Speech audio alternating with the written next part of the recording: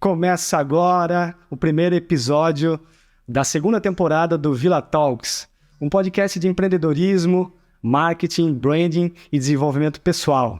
Eu sou Rodrigo Villa, publicitário, especialista em criação de marcas para empresas, startups e projetos pessoais. E ao meu lado está a Vanessa Yamamoto, host do podcast, que vai se apresentar e fazer parte do nosso time aqui para conversar com o nosso convidado especial.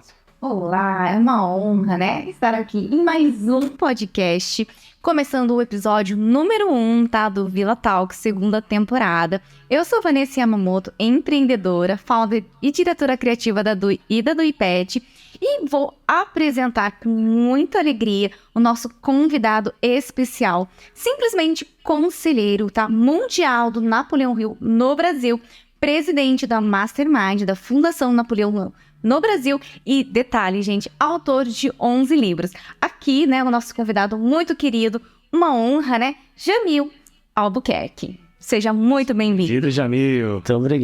Muito obrigado pela gentileza, pelo carinho. E eu quero parabenizá-los a segunda temporada. Porque os orientais, eles têm uma máxima que diz assim: se uma coisa acontece uma vez, dificilmente ela vai acontecer duas vezes. Mas se acontecer duas vezes, provavelmente vai acontecer três vezes. E se acontecer três vezes, ele vira um hábito.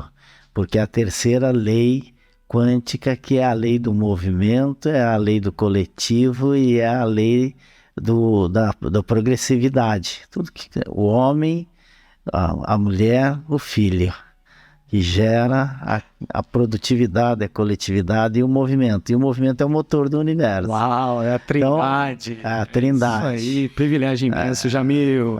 Então, parabéns pela segunda temporada. E uma honra nossa, né? Estivemos, né, presente na sua palestra enriquecedora. E gostaríamos aqui, como nós sabemos que o seu tempo é precioso, então vamos tentar aqui ser rapidinhos, né, Vido? Mas falar sobre um pouquinho disso, né? O que fez, né, você estudar e difundir tudo isso, né, do Napoleão Hill?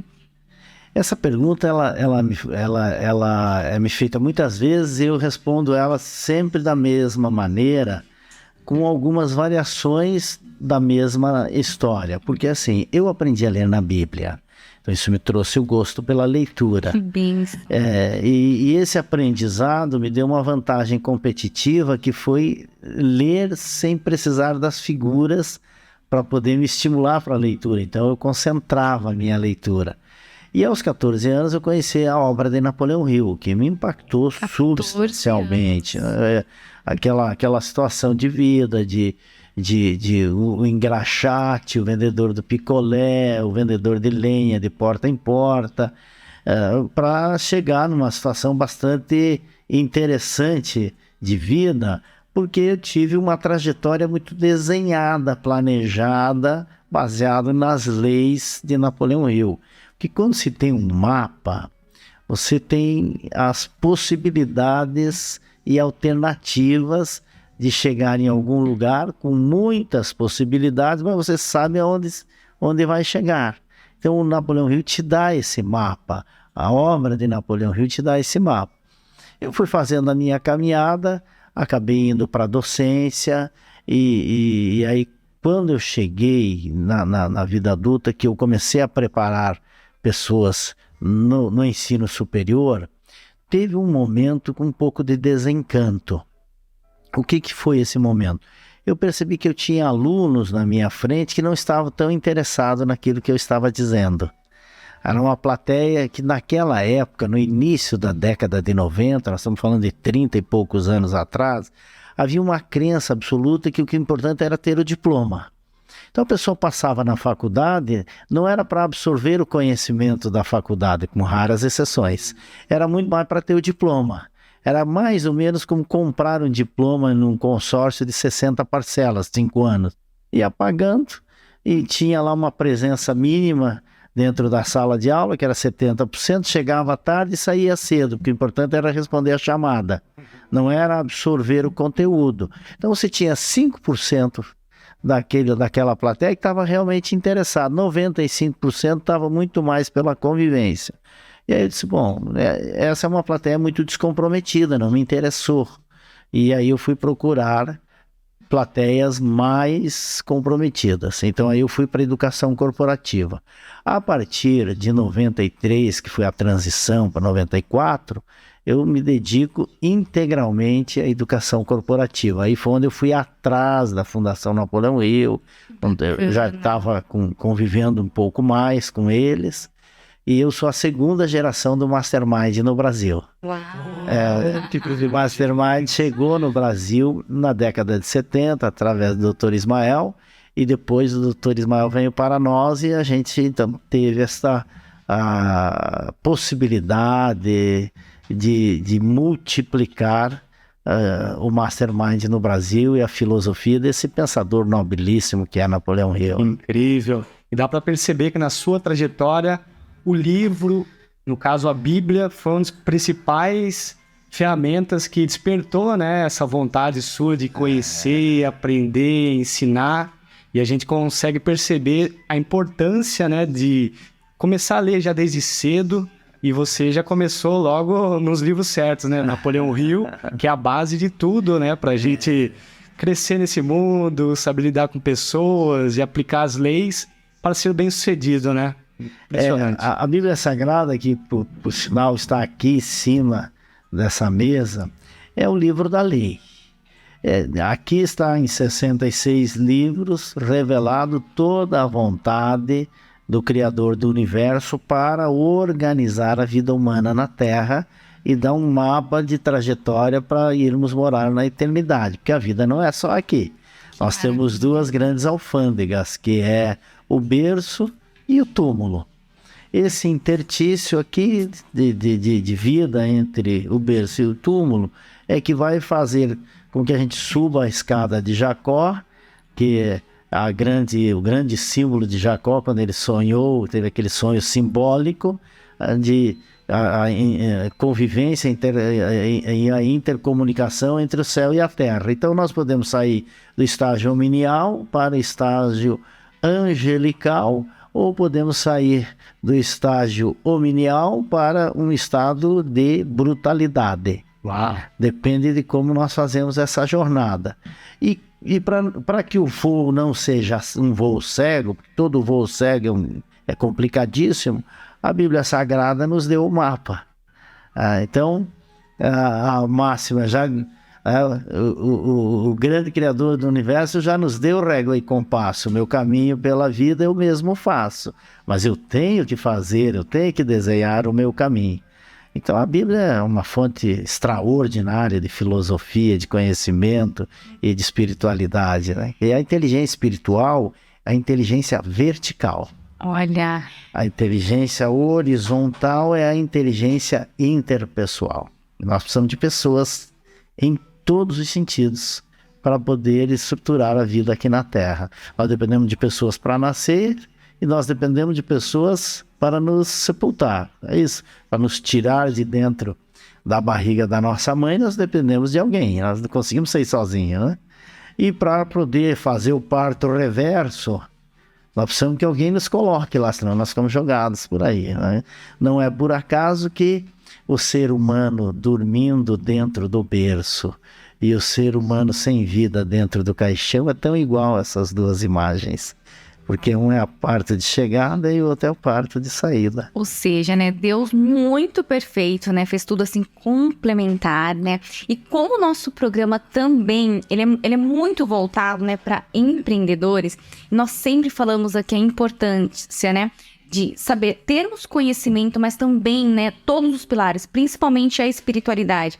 E tudo, né, independente de hoje, né, com a inteligência artificial, com a tecnologia, tudo são pessoas, né? Nós falaremos com pessoas que são representantes, com clientes, né? Até com pessoas que estarão à frente da tecnologia. E ontem, né, na palestra encantadora, você falou um pouquinho, o senhor falou um pouquinho sobre isso, né? Sobre que todos são pessoas. Eu queria que você fizesse assim, um resuminho disso, né? Porque por mais que tenhamos hoje a tecnologia e a inteligência artificial, que ao mesmo tempo terão coisas boas, mas também, né, coisas assim, não positivas.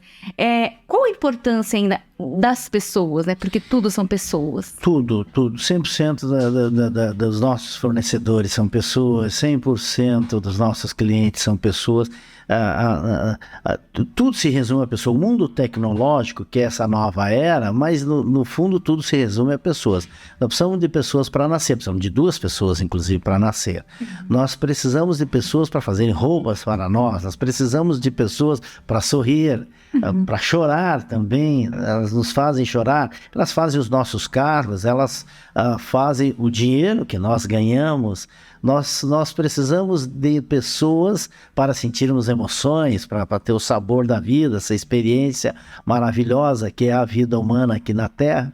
E nós precisamos de pessoas para nos enterrar, ou seja, nós precisamos de pessoas para nascer e para morrer. Nós precisamos de pessoas para viver. Então, a arte de lidar com pessoas é uma arte sutil da existência, de compreender a existência.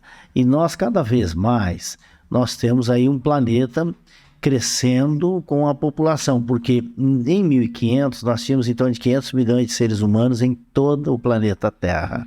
De 1500 para cá, em 500 anos, nós multiplicamos 18 vezes a população da Terra. Nós estamos com 8 bilhões de seres humanos aqui na Terra. Nós multiplicamos a oferta de produtos e de serviços em torno de 250 vezes. Então oferecemos mais. Hoje em dia nós temos bons copos, nós temos bons aparelhos, nós temos bons óculos, nós temos bons equipamentos. Além de serviços, você pode pedir um táxi aqui, você pode pedir um Uber, você pode alugar um avião. Então, além dos produtos, nós temos uma oferta de serviço extraordinária. Nós temos um planeta que, com números bastante assim organizados, a gente consegue colocar aqui dentro desse planeta, sem grandes problemas, 20 bilhões de seres humanos. Em torno de 20 bilhões de seres humanos. O Brasil, nós acomodamos com muita tranquilidade entre 900 a 1 bilhão e 100 milhões de pessoas com uma certa convivência harmônica e organizada. Então, tudo isso nós precisamos entender como é que vai ser isso. Essas preocupações que se tem com o planeta, elas são justas, elas são adequadas, algumas vezes exageradas, algumas vezes bem exageradas. O doutor Olavo de Carvalho falava o seguinte, que se pega preocupações nobres para manipulações não nobres. Que isso às vezes acontece. Vamos cuidar do planeta. Quem é que é contra cuidar do planeta? Mas aí se coloca no meio disso alguns penduricalhos de manipulação embaixo desse guarda-chuva. Então, conviver com pessoas é a arte de entender a vida. E olha só, abrindo aqui um parênteses, né? Que uma, né, das leis, né, do triunfo do Napoleão Hill é isso, né? Que tubarão nada com tubarão, né? E aí nós estávamos falando um pouquinho aqui nos bastidores, né? O quanto Deus, né, aproxima pessoas que estão na mesma, digamos assim, vibração, sintonia e espiritualidade. Antes, né, de iniciar, soubemos aqui, né, que o nosso querido Jamil, né, é legionário, gosta de legião urbana, foi, né, ao show do Renato Russo, conhece as obras de Olavo de Carvalho, né? O primeiro contato, né, na literatura foi a Bíblia, então isso nos enriquece, né? É um privilégio enorme. Exatamente, né? Como a gente estava comentando, os valores estão todos alinhados e essa frequência atrai, né, pessoas, né, que estão na mesma sintonia. E dando complemento aí no assunto, eu como um aluno do Mastermind, a gente consegue perceber a importância de trabalhar esse autodesenvolvimento, né? Como você conseguir contar uma boa história, como você vender ideias, como você se posicionar na frente da plateia para você se comunicar. Isso é fundamental realmente, trabalhar. E eu vejo que todas as pessoas devem fazer esse treinamento Mastermind Lince para se desenvolver e ter maiores resultados na vida, né? Olha, propaganda natural orgânica, hein? É uma prova social de quem realmente está fazendo o treinamento. Porque o desenvolvimento pessoal é muito, muito importante, né? E tudo também, além de pessoas, são vendas, né?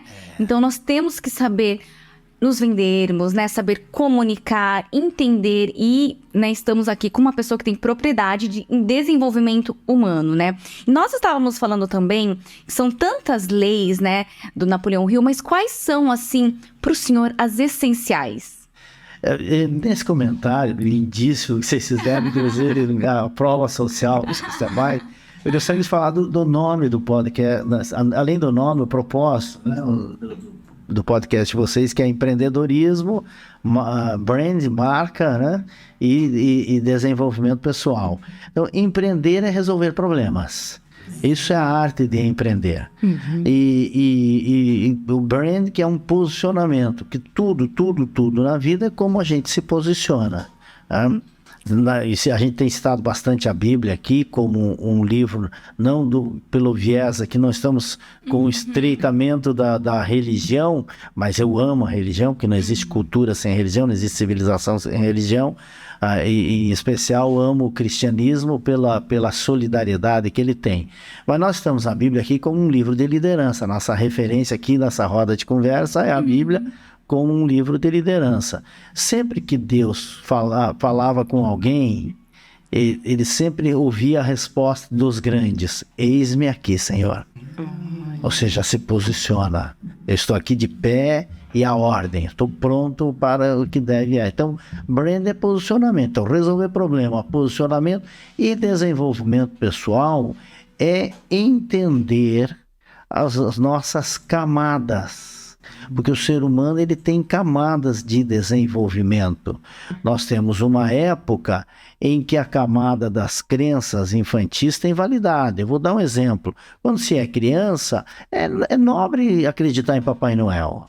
É bonito acreditar em Papai Noel. Quando você chega na vida adulta, você vai acreditar em Papai Noel, você está numa camada muito infantil e vai ficar muito bobinho ali naquela situação. Então, ir entendendo cada camada que nós vamos tendo e dentro dessas camadas, entender como lidar com essas situações novas. Né? Então, o doutor Napoleão Hill, que foi um grande pesquisador e pensou nisso, ele percebeu que nós temos 17 comportamentos que devem ser desenvolvidos para quando chegar nessa camada da vida adulta, que é quando você tem que dar a resposta para a vida, dizer aqui veio, que quando você cristaliza a tua personalidade.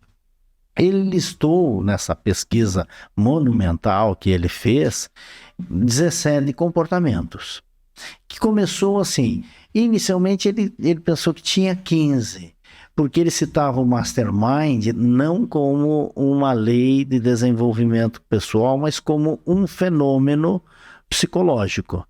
Depois ele percebeu que ela era uma lei, e depois ele, a sua filosofia foi evolutiva, ele percebeu que precisava acrescentar a 17ª, que era a força do hábito. Se tudo isso não se transformar num hábito, ou seja, no piloto automático da mente, ele não transforma-se na sabedoria, que é aquele conhecimento que a gente acessa a qualquer momento.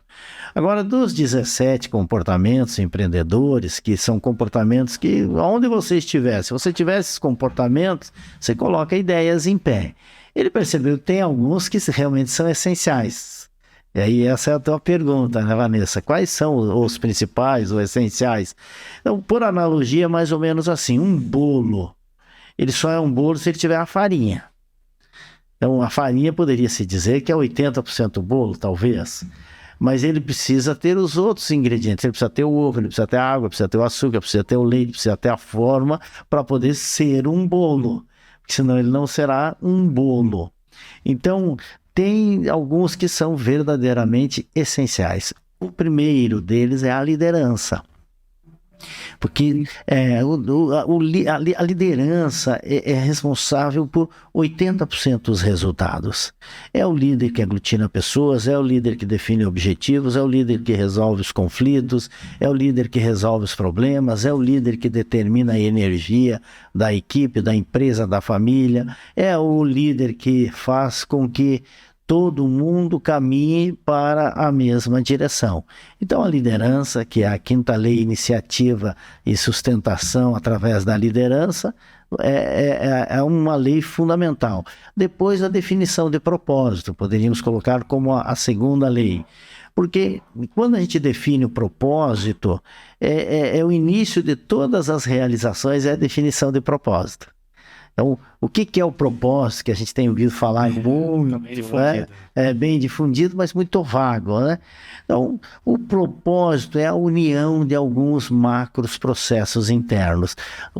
Dentro do propósito está a visão, dentro do propósito estão as nossas metas, que são o escalonamento da visão. Dentro da visão está o nosso sonho, que é a matéria-prima da visão.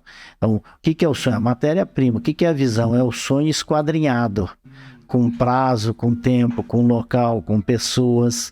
Dentro isso tudo está debaixo do guarda-chuva do propósito. Dentro do propósito estão os nossos valores, que nós falamos aqui da economia baseada em valores. Dentro do propósito estão os nossos objetivos, que são os pontos que eu quero segurar com a mão ao longo da caminhada, da escalonada das metas. Então, as nossas verdades profundas. Então, esse é o propósito, que na sua essência, na sua alma, na sua etimologia, quer dizer proteção para a vida. Então, quando nós mandamos uma proposta para alguém profissional, nós estamos protegendo nossa relação empresarial para a frente, é isso? Está dentro de um escopo. Então, o propósito é isso. O somatório disso é a gente tirar um extrato, que talvez se resuma numa frase. Se a gente conseguir pegar esta frase, que esse núcleo, esse DNA, essa frase nuclear, e definir claramente, nós temos uma direção. Uma boa maneira para os nossos ouvintes, quem estiver ouvindo o Vila Talk aqui, é um dia parar e definir qual é a frase que você quer escrita no seu túmulo. Esse é um exercício muito profundo. Por quê? Porque a boa morte define a boa vida. Uma morte honrada define uma vida honrada. Uma morte desonrada desonra toda uma vida sacrificada. Então é na hora de morrer que você define quem é. Se a gente define aquela frase, a gente começa a se ajustar para viver de acordo com aquela frase. Uau, isso vai alinhando o propósito. Vai alinhando o propósito. Por isso que quem tem propósito não tem ansiedade. E ele levanta de manhã, sempre porque vivo, sempre porque faço, sempre. Exatamente, tem que saber aonde vamos, né? E depois desenvolver como vamos, né? E não se assusta com a assombração errada. E sobre esse assunto de liderança que a gente está conversando, qualquer pessoa pode se tornar um bom líder utilizando esses princípios, essas técnicas. Ou, né, um líder já é nato. Nós queremos saber a sua opinião sobre isso, né?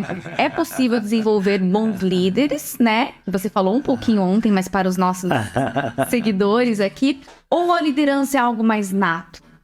Essa pergunta talvez seja a pergunta que eu mais respondi ao longo da minha vida. Se líder nasce ou se líder é feito? Se líder é construído? Então, o conceito do líder nato é um conceito de dominação. Veja só como é profundo isso. Porque quando as famílias reais foram sendo extirpadas dos tronos, o que eles pensaram? Bom, vão-se os anéis, ficam-se os dedos. Eles criaram outros modelos de governança. E uma delas foi de que o líder nasce pronto. Olha, existe o líder nato. Mas quando tu começa a exercer a liderança, primeira coisa que acontece? Você acaba levando uma pancada, você vai apanhar, não é isso? Não tem jeito de exercer a liderança sem apanhar. Os líderes são bem perseguidos, né? Vamos começar falando de Jesus Cristo, né? A arte de liderar é a arte de ser atacado. Então, quando você está começando, você leva uma pancada, dói mais, porque você está menor, você está frágil. Então, aí sempre vem aqui, fica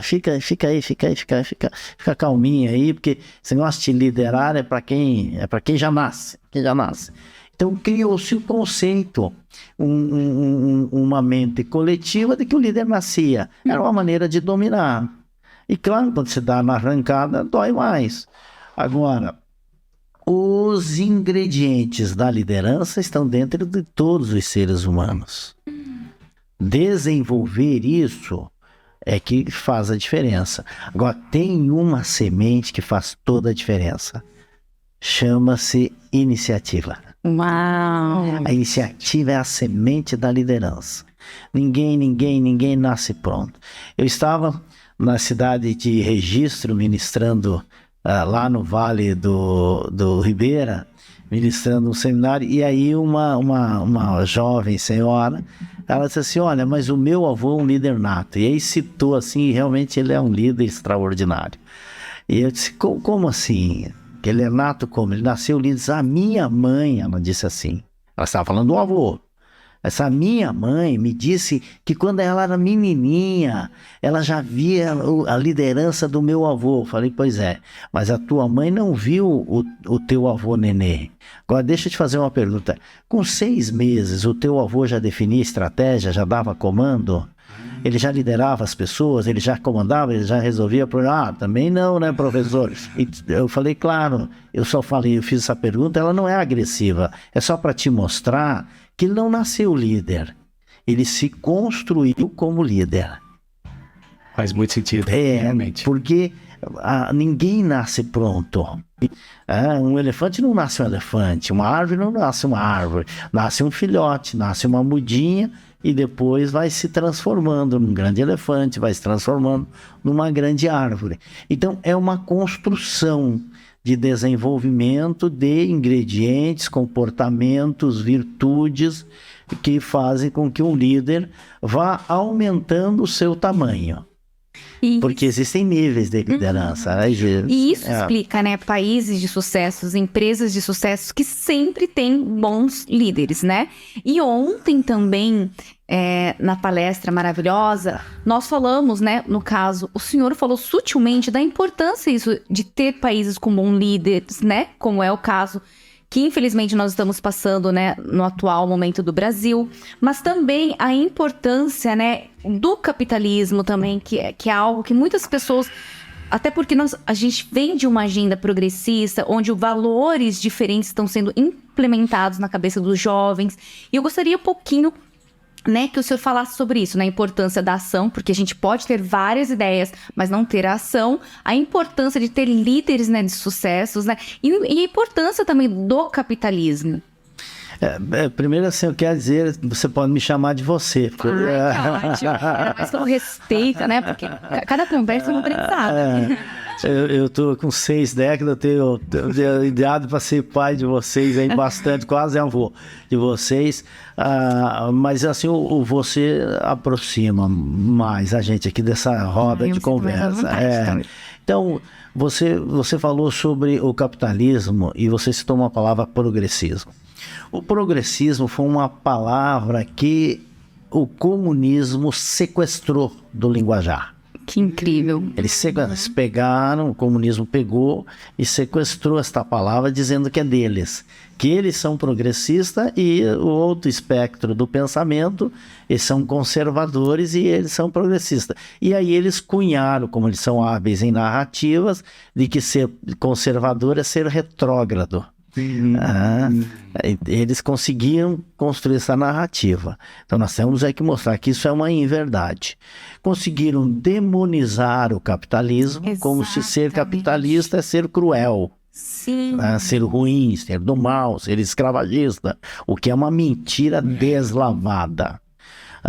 Então, o capitalismo, que a palavra capitalismo vem de neurônios, quer dizer, a capacidade de transformar neurônios em riqueza. Olha isso. Caput, cabeça, chefe. Então, isso é o capitalismo. O socialismo, que é uma maneira que eles dizem, não, eu não sou comunista, eu sou socialista, que é um blefe. Quem fala isso é porque nunca leu o Marx, propriamente dito, nem o Engels, que é o mentor de Marx. E nem o Antônio Gramsci. O comunismo é uma chegada final cuja via é o socialismo. Então, o socialismo é a estrada do comunismo. Quem caminha dentro do socialismo está caminhando em direção ao comunismo. Isso os pais dessa tese, dessa filosofia, já definiram lá atrás. Então, o capitalismo é a arte da livre iniciativa. A riqueza só está no indivíduo. Nós, da Fundação Napoleão Hill, acreditamos piamente de que só é possível construir justiça econômica através da livre iniciativa, através de pessoas livres e através de pessoas que consigam empreender, resolver problemas e produzir soluções para a sociedade. Isso que é o capitalismo. Capitalismo selvagem, isso foi um estágio do capitalismo lá no início. Mas veja, o capitalismo como nós conhecemos, ele tem aí menos de 300 anos. Aliás, ele é de 1780 e poucos, quando surgiu ali a primeira máquina que se moveu autonomamente, que foi aquela máquina entre Manchester e Liverpool, na Inglaterra. No dia que aquela máquina andou autonomamente entre essas duas cidades, eles definiram como ali o início da era industrial, que é a indústria 1.1. Foi a máquina andando por conta própria. Depois disso, nós tivemos a 2.0, que foi quando a indústria 2.0 foi quando as máquinas saíram da Inglaterra e vieram para a América. Foi quando começou a rasgar a América com as máquinas autônomas, as grandes Marias Fumaças, os grandes trens. Então ali foi conhecido como a indústria 2.0. A indústria 3.0 foi a chegada da metal mecânica, que foi quando o Japão foi o grande artífice dessa indústria 3.0, em que pegou as coisas e foi fazendo ficar pequena. Otimizando. Foi otimizando o espaço. A 4.0 é a nanotecnologia. É a tecnologia mínima, microscópica, que é a atual. Por isso que a gente tem falado da economia 4.0, a era industrial, a indústria 4.0. Essas são as eras dessas indústrias.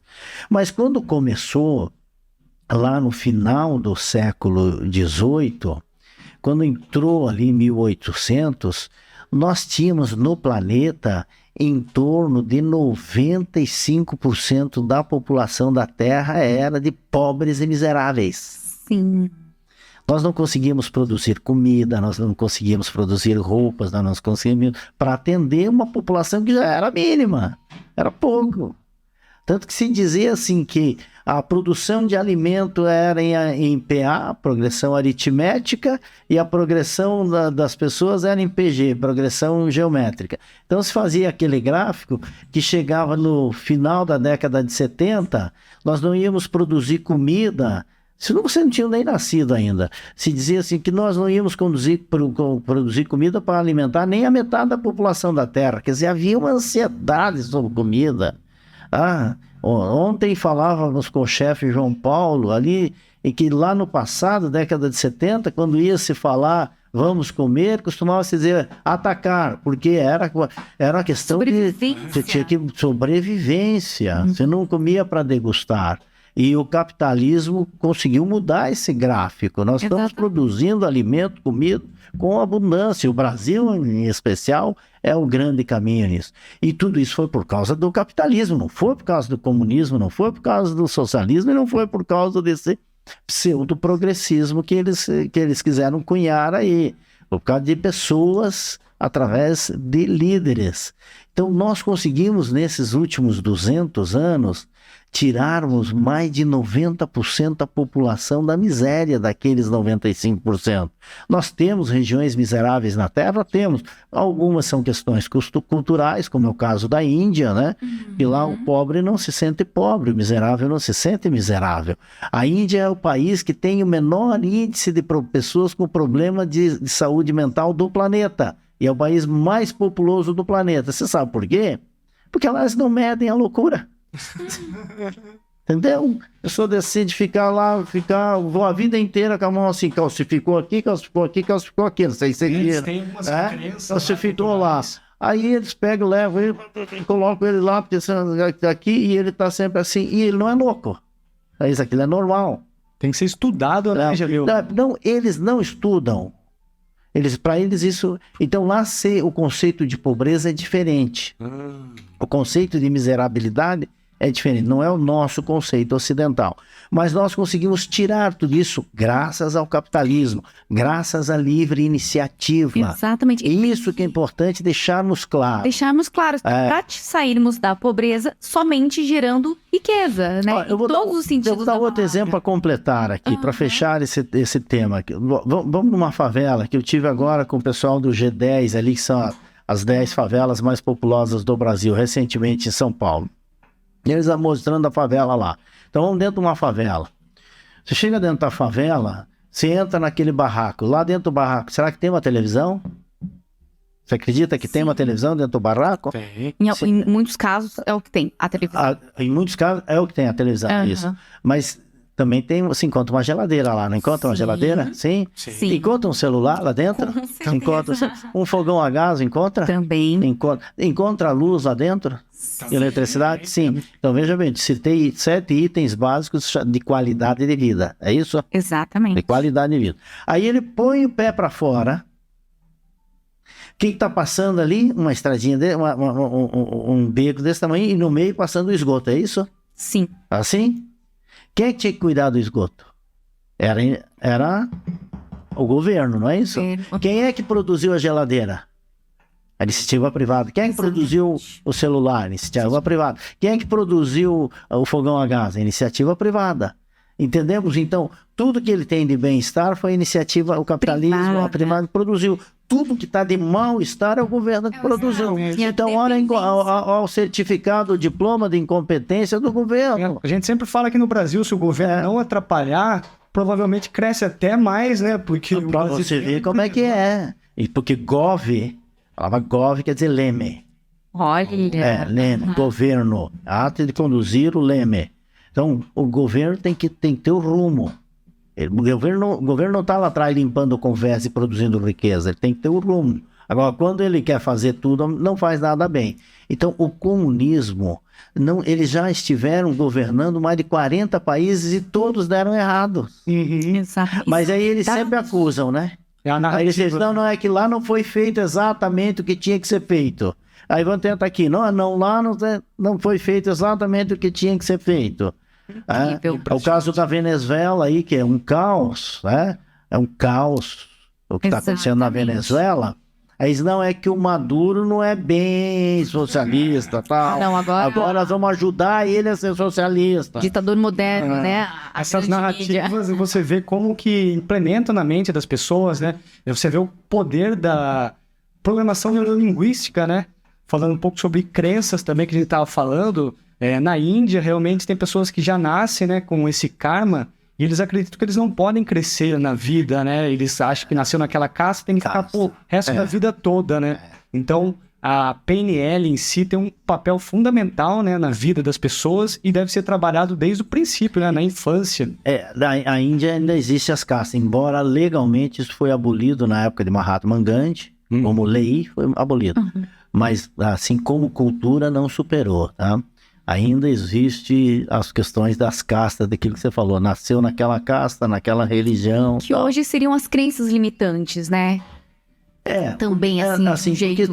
Existem as crenças que são fortalecedoras e crenças que são limitantes, né? Então, as crenças, quando oriundas da religião, elas são protetoras e também são limitativas. Por exemplo, nós no cristianismo tivemos uma crença muito limitante que judiou muito da gente, né? Limitou, para não usar essa palavra judeu, que às vezes ela vem de judeu e tal, então tem essa...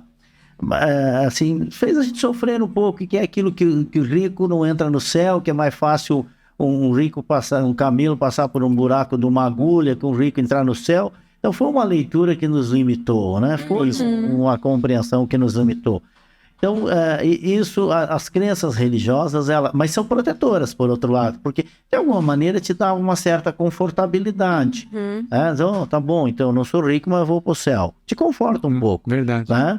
Mas se limita muito. E conhecendo as pessoas, nós observamos que elas, todas em geral, têm muitos bloqueios, né? Que os impedem de crescer na vida, né?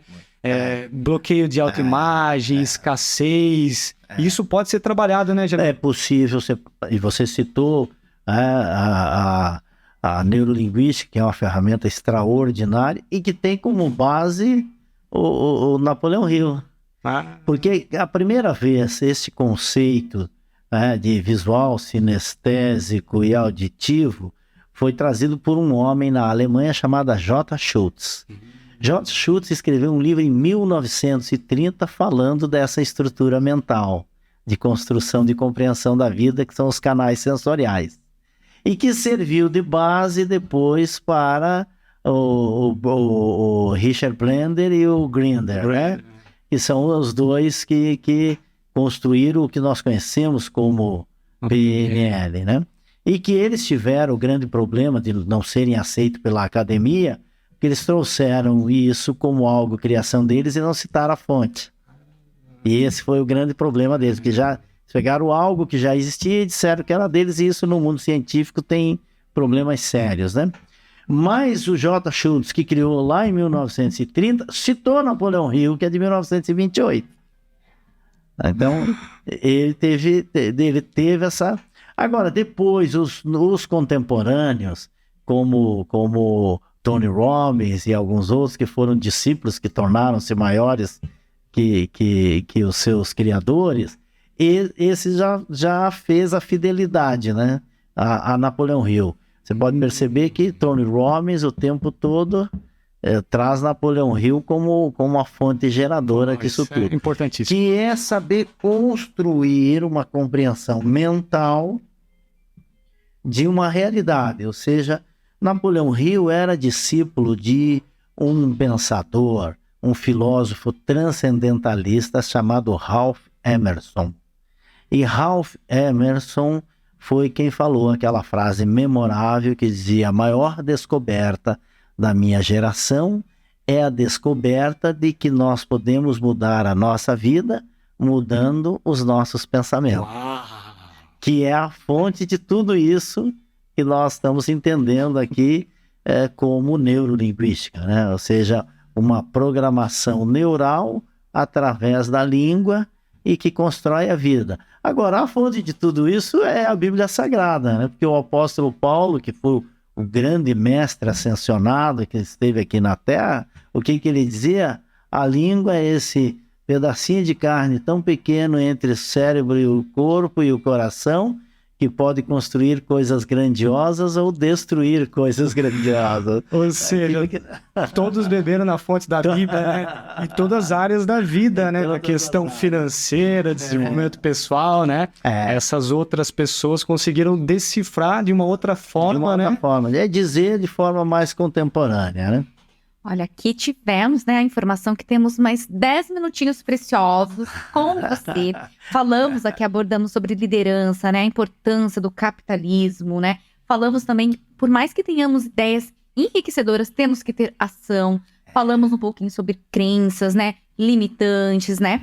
E também, né, falamos, né, um pouquinho, né, do quesito político, né, o quanto é importante. E eu gostaria que nesse momento atual que estamos, porque grandes líderes são perseguidos, né, falamos um pouquinho sobre isso também. E uma pergunta, assim, né, um pouquinho, hoje, nos dias de hoje, delicada, mas enquanto ainda temos esse livre-arbítrio de falar o que pensamos, qual a importância também de nos politizarmos? Fundamental, para ser bem objetivo. Porque política vem de poli, muitos, e ética é ciência. Então, a política é a reunião de todas as ciências. Dentre elas, a ciência comportamental, a ciência da liberdade, a ciência da produtividade, a ciência da convivência. E é fundamental que a gente tenha essa compreensão. Política, agora, política, como você colocou dentro da sua pergunta, Vanessa, você localizou ela no poder amplo. Porque existe o poder setorizado e existe o poder amplo. Por exemplo, o poder religioso. Um pastor, ele pode ser gigante. Provavelmente aqui em Tatuí tenha pastores aí com igrejas de 1.000, 2.000, 3.000, 4.000 pessoas. Então ele é um homem muito influente, porque ele tem toda semana uma plateia de milhares de pessoas na frente dele ouvindo o que ele diz. Então ele tem um poder, mas é um poder setorizado. O homem mais rico da cidade, eu não sei quem é, mas deve ter famílias muito ricas aqui. e que têm poder setorizado, que são influentes, geram emprego, pagam impostos, mas o poder deles é setorizado. Nós temos os poderes que são fortes em determinados locais, mas o que é o poder amplo é a política. A política é que influencia na vida de todas as pessoas. Uma política pública pode alterar o destino de uma cidade, ou de um país, ou de um estado. Então, nós precisamos estar atento, saber conviver com ideias contrárias, porque tem gente que não consegue, é tão vítima do pensamento homogêneo que se tu trouxer algo diferente, eles se ofendem. Um dia eu vi lá pessoas dizendo, eu senti ânsia de vômito, chega a dar náuseas. Ou seja, eles sentem reações físicas, são tão frágeis, que eles sentem reações físicas diante de uma ideia contrária. Olha a fragilidade que eles sentem. Me deu ânsia de vômito, me deu dor de cabeça. Então, aí, o que eles vão? Vão para o ataque. Para eles, aí é o tal ódio do bem. Odiar isso aqui que não faz parte do pensamento homogêneo, do que todo mundo, do que lá vamos dizer, o beautiful people pensa, incrível. Aquelas pessoas coloridas, bonitinhas, tal. Você vai contra aquilo ali, eles se assustam. Então é fundamental que a gente tenha a politização, agora tenha acesso a ideias contrárias.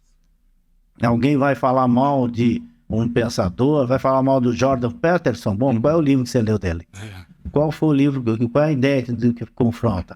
Por que você... não gosto por não gostar. Bom, aí é ser... As pessoas não gostam e daí não acabam conhecendo. Não gosto e me mandaram não gostar. Pronto. São as narrativas que entram na mente e fazem com que as pessoas acreditam nessas inverdades, né? Eu, quando vou falar de Marx, Engels, eu li Engels. Quando vou falar... Propriedade, estudar. Antônio Gramsci, eu li. Eu sei o que é. Eu comprei o livro do Zé Dirceu para entender o que ele fala. Uau! Para conhecer, porque você sabe como é que é. São líderes que estão aí, a gente respeita, mas espera. São ideias que eu não quero comprar e eu quero enfrentar essas ideias. Para enfrentar essas ideias, preciso conhecer essas ideias. E viu, Jamil, aqui no nosso podcast a gente sempre dá uma indicação de livros para inspirar quem nos segue, né? E hoje, como estamos aqui com o autor do livro A Arte de Lidar com Pessoas, gostaríamos de ouvir sobre algumas opiniões e conhecimentos que esse livro Além traz. desse... São 11 livros e até viram novos, mas esse livro aqui é essencial, né? Para a gente saber como lidar com as pessoas, porque no dia a dia a gente está sempre em contato e precisamos conversar e também colaboração das pessoas para os sonhos realizarem, né? Então, passa para a gente o conhecimento desse livro aí para as pessoas conhecerem. Esse livro é um livro escrito numa linguagem de fácil compreensão. Ele foi lançado em 3 continentes da Terra, lançado aqui na América, na Europa e no continente africano. É um livro que só aqui no Brasil são mais de 220 mil exemplares já lançados, que é um número substancial em qualquer lugar do mundo, tá? 220 mil livros, você nos Estados Unidos já está entre os livros muito bem vendidos. Então aqui é um case bastante substancial. Por quê? Porque ele traz uma linguagem de convivência, uma linguagem do dia a dia, uma linguagem aplicável, ou seja, a ação, a capacidade de colocar pernas nas palavras, né? Porque a ação é isso, é a capacidade de materializar ideias, é fazer ideias virarem coisas. E é isso que esse livro se propõe. É um livro de fácil acesso, de fácil linguagem, fácil leitura, com um desenho muito bom do seu gráfico, e invista. Que bacana. Bom, pessoal, vamos compre, é aqui que é feito de olhar. Compre o livro, A Arte de Lidar com Pessoas, e seja uma pessoa muito mais hábil no trato com todos. Pessoal, e vamos participar aí do Mastermind em Lince, que automaticamente você já ganha esse livro para estudar e aplicar no dia a dia essas técnicas para você ser uma pessoa melhor e saber como lidar com pessoas. Gente, gostaríamos, tá, de ficar aqui a tarde toda, a noite toda, porque cada pergunta e conversa é um aprendizado. Me sinto muito honrada, sentimos, né? E sentimos muito também do tempo de estar curto. Então, gostaríamos, né, de agradecer aqui muito ao Mastermind, a Koala Studio, né, nosso querido André que está aqui. Como, né, aprendemos, né? Não chegamos a lugares grandes sozinhos, né? Então, agradecer também a Fran Yamamoto, nossa fotógrafa, do IPET, ao Rodrigo Villa, né? Uma honra, né? Mais uma vez esse programa. Então, o nosso muito obrigada. Eu deixo você finalizar. Agradecemos imensamente Jamil Albuquerque por essa entrevista e por compartilhar esses conhecimentos e transbordar na vida de outras pessoas. E para encerrar esse podcast, gostaríamos de ouvir uma frase inspiradora para tocar o coração de quem está nos ouvindo. Muito obrigado, foi um prazer, uma honra estar aqui no Villa Talks, conversando com vocês sobre assuntos relevantes da existência humana.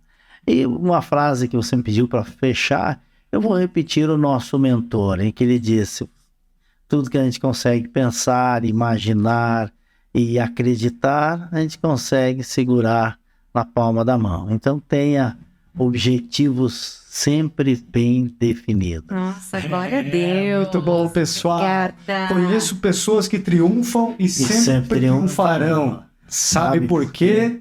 Eu lhes direi o porquê.